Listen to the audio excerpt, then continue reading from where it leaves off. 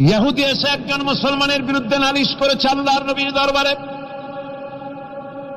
নবীজি সাক্ষ্য প্রমাণ নিয়ে সবকিছু শুনে মিলে রায় দিলেন ইহুদির পক্ষে, মুসলমানের বিপক্ষে। কারে কয় মিজান। নবীজি বিচার করতেছেন, ইহুদির বক্তব্য শুনে মুসলমানের পক্ষে রায় না দিয়া রায়টা দিলেন ইহুদির পক্ষে। মুসলমান বেচারা অসন্তুষ্ট হয়ে গেলেন। তিনি চলে গেলেন হযরত ওমর রাদিয়াল্লাহু তাআলা আনহুর কাছে। কপাল কত খারাপ, তার কাছে গিয়ে বলছেন আমিরুল মুমিনিন।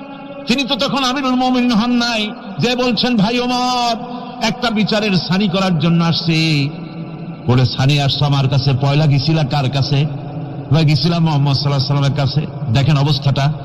সবকিছু শুনে মিলে আমি মুসলমান, চান্দা দেই, জিহাদের পয়সা দেই, সাথে সাথে থাকি, জামাতে নামাজ পড়ি, জিহাদের ময়দানে যাই।